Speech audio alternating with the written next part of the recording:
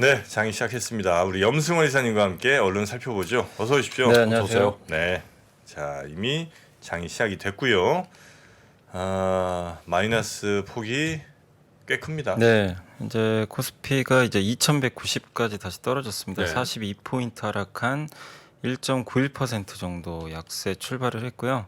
코스닥은 682포인트에 출발을 해서 15.6포인트인데 그래서 하락률로는 2.23% 정도 상당히 좀 큰 폭으로 하락 출발이 나왔습니다. 하락 종목이 뭐 1,300개 정도 되니까 대부분도 하락 출발을 했다라고 보시면 되겠고, 오늘 일단 이제 시가총액 상위 종목부터 말씀드리면 미국의 반도체가 워낙 좀 안 좋다 보니까요. 오늘 삼성전자가 3%, SK하이닉스도 3% 이상 좀 급락하면서 출발을 했습니다. 그리고 네이버가 한 2%, 또 카카오가 3.6% 정도 하락을 하고 있고요. 그나마 삼성바이오로직스가 좀 강보합 기록하고 있고, LG에너지솔루션이 지난주에 후실적을 좀 발표해서 오늘 낙폭은 크진 않습니다. 마이너스 한 0.3% 정도 이제 조금 빠지는 모습이고요. 지금 대부분의 기업들이 좀 하락을 하는데, 그럼에도 좀 금호석유라든가 일진머티리얼즈는 아마 롯데그룹에서 인수한다는 얘기가 이렇게 언론 보도로 또 나오면서 오늘 약간 강세로 네. 전환이 됐고, GS 리테일 또 삼성바이오로직스, 두산바켓 이런 기업들의 주가가 일단 오늘 약세장에서 좀 강세를 보여주고 있고요. 하나 에어로스페이스가 한 1.8% 정도 또 반등을 해주고 있습니다. 반면에 오늘 좀 가장 안 좋은 출발 보이는 쪽은 자동차네요. 자동차 많이 빠지네요. UBS에서 포드랑 GM 내년 실적을 굉장히 좀 안 좋게 전망해서 포드가 거의 한 8% 가까이 폭락을 했거든요. 그게 아마 영향을 준 것 같습니다. 그래서 현대차가 4%, 기아가 한 5% 가까이 주가 좀 빠지고 있고, 그리고 SK 아이테크놀로지가 4%, 한 페노션이 4%, 하이브도 한 3% 정도 주가 좀 빠지고 있습니다. 그리고 반도체 오늘 좀 삼성전자 하이닉스가 빠지다 보니까 한미 반도체라든가 이제 중소형 반도체 기업들도 약간 좀 밀리고 있고, 그다음에 이 친환경 관련주들도 오늘 풍력이라든가 태양광도 약간 좀 밀리는 그런 흐름들이 나오고 있습니다. 그래서 일부 종목 제외하고 거의 대부분 좀 빠지는데, 하락폭이 좀 비교적 커지고 있어서 증시에 부담이 되고 있고요. 코스닥 같은 경우는 현재 셀트리온 헬스케어가 1.65% 하락했고, 에코프로비엠은 0.5% 하락해서 좀 하락률은 제한적인데, 그 밑에 있는 이제 카카오 게임즈라든가 또 펄어비스라든가 이런 게임주들이 오늘 좀 되게 출발이 좋지가 않습니다. 게임주가 좀 많이 빠졌고, 또 리노공업 같은 반도체하고요, 스튜디오 드래곤 같은 컨텐츠 기업들도 한 4% 가까이 주가가 좀 일제히 급락하는 그런 모습이 좀 나오는 것 같습니다. 그나마 좀 오른 기업은 셀리버리나 알테오젠 같은 일부 바이오 기업들이 약간 강보합 정도 기록을 하고 있습니다. 그래서 오늘은 거의 대부분이 2, 3% 정도는 좀 기본적으로 빠졌고, 네. 대다수 지금 일부 아까 자동차도 그렇고 4, 5%씩 이상 급나가는 경우도 좀 나오고 있어서 미국 증시랑 좀 비슷해요. 빠지는 업종도 비슷하고 반도체, 자동차 중심으로 좀 크게 하락을 하고 있다. 그러니까 삼성전자가 3.6% 가까이 빠졌고, 네. 하이닉스도 3% 정도 지금 마이너스가 나왔습니다. 네. 야, 그리고 오늘 이제 수급 상황도 좋지는 않고요. 외국인들이 한 684억 정도 매도를 하고 있고, 주로 이제 팔고 있는 섹터는 오늘 이제 대형주 쪽 위주로 좀 팔고 있는데, 전기전자라든가 자동차 업종, 서비스 업종 위주로 좀 매도를 하고 있고, 그나마 철강주 정도 좀 사고 있는 것 같고요. 반대로 기관 투자들은 일단 오늘은 거의 전 업종 다 사고 있습니다. 그러니까 외국인 파는 거를 좀 기관이? 밑에서 저가 매수는 하고 있고요. 금융 투자가 지난주에 많이 팔았는데 오늘 이제 외국인 매도를 그대로 좀 받아가고 있다라고 보시면 될 것 같습니다. 그리고 섹터로는 오늘 히토류 관련주가 다시 좀 급등을 하는데, 항상 이제 미중 갈등 생기면 좀 움직이는 섹터잖아요. 네.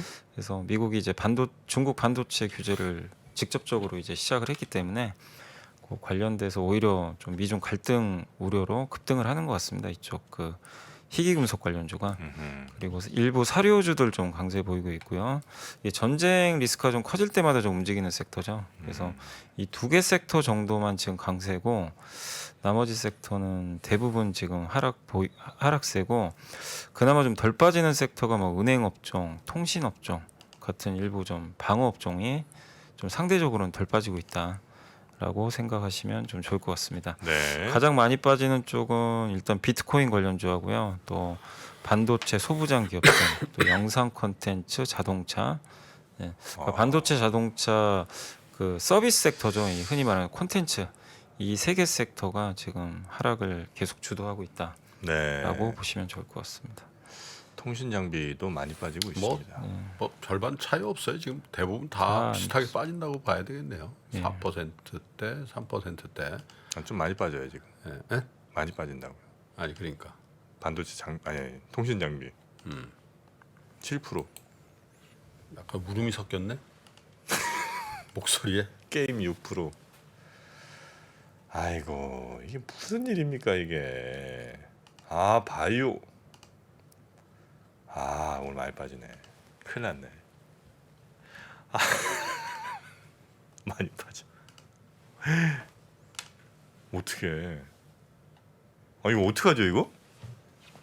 와 볼수록 이게 많이 빠지는데. 아니 뭐 왜 이러는 거예요?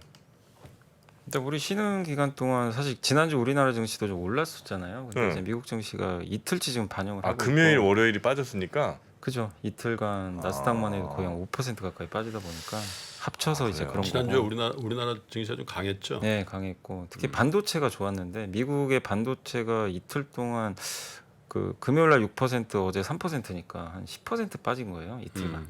근데 물론 이제 미중 무역 분쟁, 그 미중 갈등 때문인데 미국의 장비들이 많이 들어가잖아요 중국 쪽에도 사실. 그래서 이제 어제 폭락을 했더라고요 사실. 그게 그치만 AMD 같은 것들 예. 그래도 잘 버티던 건데.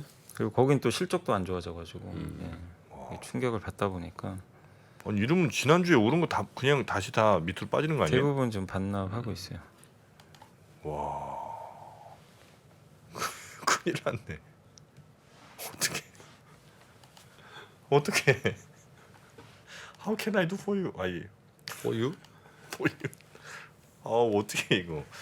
일단 저는 잠깐 감정 좀 추스르고 있을 테니까요. 저 읽어볼 만한 리포트들 혹시 뭐 일정들 있으면 좀 정리해 네, 주시죠. 뭐 안 그래도 이제 반도체가 좀 가장 이슈긴 한데 그 NH의 도현애 연구원님 이제 미국, 중국에 대한 반도체 추가 규제 좀 발표가 됐고 이제 실질적으로 이제 중국이란 나라를 겨냥했죠. 그 전에는 기업을 겨냥했거든요. 화웨이라든가 SMIC라든가 이런 기업을 겨냥했는데 이번에는 그냥 직접 중국 그 전체를 좀 겨냥한 그런 규제가 발표가 됐습니다. 그래서 이번에 이제 발표된 거는 16나노 이하의 그 이제 로직 칩 파운드리 이쪽하고 D램은 18나노 이하고요. 3D 낸드는 128단 이상 이쪽에는 장비 수출을 이제 금하는 이런 이제 규제가 발표가 됐고 다만 중국의 생산 시설을 갖고 있는 이제 외국 기업 같은 경우는 개별 심사한다. 그래서 삼성전자나 하이닉스는 영향은 크지 않을 것 같습니다. 그쪽에 이제 공장들은 있는데 개별 심사하기 때문에 영향은 좀 크지는 않을 걸로 보고 있고요. 그래서 다만 이제 그 우리나라 입장에선 중장기적으로 굉장히 큰 호재래요. 왜냐하면 중국의 CXMT라는 기업이 이번에 17나노 공정으로 D램 생산 시작했는데 지금 D램 같은 경우는 14나노 정도 하고 있거든요. 근데 17나노로 지금 이번에 생산을 했고 중국이요? 네, 중국이 17나노 그게 PC에 지금 들어가고 있대요. 중국 내수 쪽에. 물론 중국 회사들한테 들어가는 거죠. 점유율이 좀 늘리는데 제품 퀄리티가 상당히 양호하다고 합니다. 아 그래요? 예.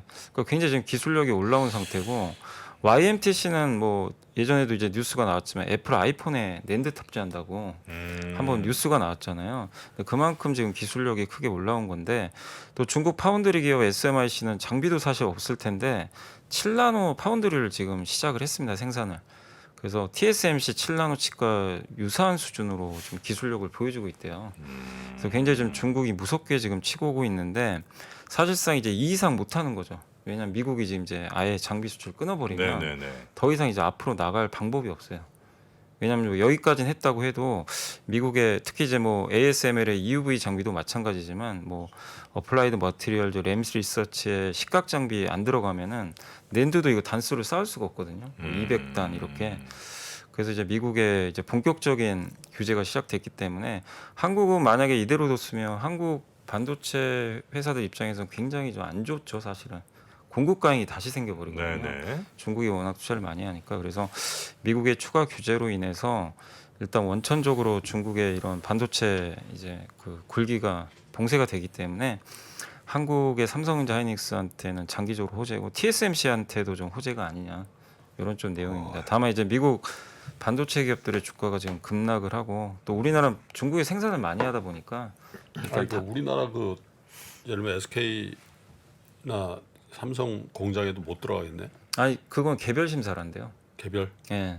그러니까 이제 중국에 있는 우리 공장들이요. 예, 그러니까 우리나라 이제 외국 기업이니까 그래서 그건 개별 심사에서 아마 대부분은 그냥 허용해 줄 걸로 좀 보고 있는데 이제 미국 기업은 이제 아예 못 들어가겠죠. 미국 쪽에서는 장비 반입이 아예 안 될 수 있기 때문에 한국은 큰 타격 없을 것 같긴 한데 다만 이제 하이닉스는 EUV 공정은 이제 중국에서 못 하는 거죠. 아예 이제 중국에 공장 하나 있는데 EUV 장비는 아예 반입이 금지돼서 예, 그 공장에서 이제 최첨단 공장을 하긴 좀 어렵겠죠. 네.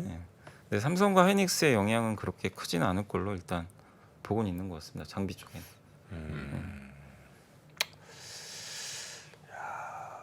삼성전자 지금 4% 가까이 빠졌어요. 형님. 네, 리포트 계속 좀 해주시죠. 4%. 네, 그리고 오늘 이제 신한증권에서도 IT 자료가 좀 나왔는데 디스플레이 쪽에 관련된 자료고요. 뭐 김찬우 연구원입니다. 그래서 패널도 너무 안 좋았죠. 뭐 LG 디스플레이 주가도 빠졌는데 다만 LCD가 조금 분위기가 바뀌고 있나 봅니다. 왜냐하면 지금 15개월간 패널가가 지금 하락을 했는데 마무리 국면에 들어가고 있다고 합니다. TV용 패널 가격이 지금 70% 정도 하락을 한 상태에서 최근에 이제 보합 정도 수준을 좀 보여주고 있고요. 그 이유는 이제 TV 재고가 좀 워낙 감소를 해가지고 일부 세트 업체들이 패널 구매를 다시 재개를 하고 있다고 합니다. 그래서 아마 4분기 중에는 LCD 패널 가격은 좀 올라가지 않을까 이렇게 좀 보고 있고요. 그래서 LCD 쪽은 조금 최악은 지나가는 것 같고요. OLED 같은 경우도 지금 좋지는 않죠. OLED는 특히 우리나라 같은 경우 중국에 그 수출을 많이 하는 편인데 중국의 스마트폰이 안 팔리죠. 아예 뭐 제로 코로나라든가 이런 정책들 때문에. 그렇지만 이제 내년에 아마 스마트폰이 좀 회복이 된다면 좀 좋아지지 않을까 이런 내용이고 그래서 우리나라 OLED 업체들한테는 일단은 중국의 스마트폰 판매량 회복이 좀 가장 좀 중요한 좀 이슈가 될 것 같다. 그리고 장기적으로는 24년부터는 OLED가 이제 노트북이나 아이패드에 들어갈 가능성이 좀 높아졌기 때문에 그런 면에서는 그 내년에는 중국, 24년도에는 애플의 아이패드 이런 좀 모멘텀을 한번 기대해 보자. 다만 지금 당장은 올라갈 만한 모멘텀은 좀 크진 않다라는 의견이니까 네. 참고해 주시면 좋을 것 같습니다. 네. 네. 자, 그리고 또 있습니까? 아니면 뭐 일정 정도 보여드리겠습니다. 이번 네. 주? 이번 주 같은 경우는 뭐 사실 오늘은 그 메타 커넥트 이벤트가 개최가 되거든요. 그 페이스북이죠. 거기서 이제 새로운 XR 기기를 공개한다고 하더라고요. 그래서 그 어떤 기기가 좀 나올지 또 한국에 뭐 부품들이 들어가 있을 수 있기 때문에 좀 지켜보시고 그다음에 이제 오늘부터 이제 일본에서 외국인 무비자 여행객 입국이 이제 허용이 됩니다.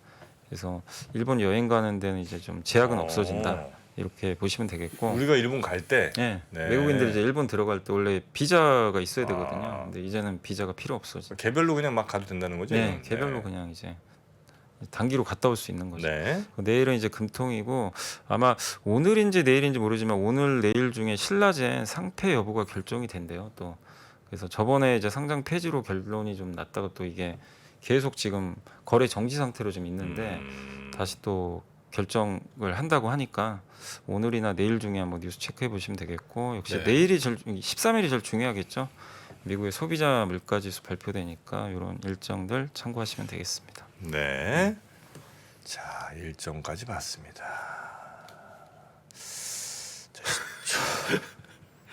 자, 지금 심각합니다. 지금 상황이. 뭐라고 말을 못 하겠네. 정프로 때문에.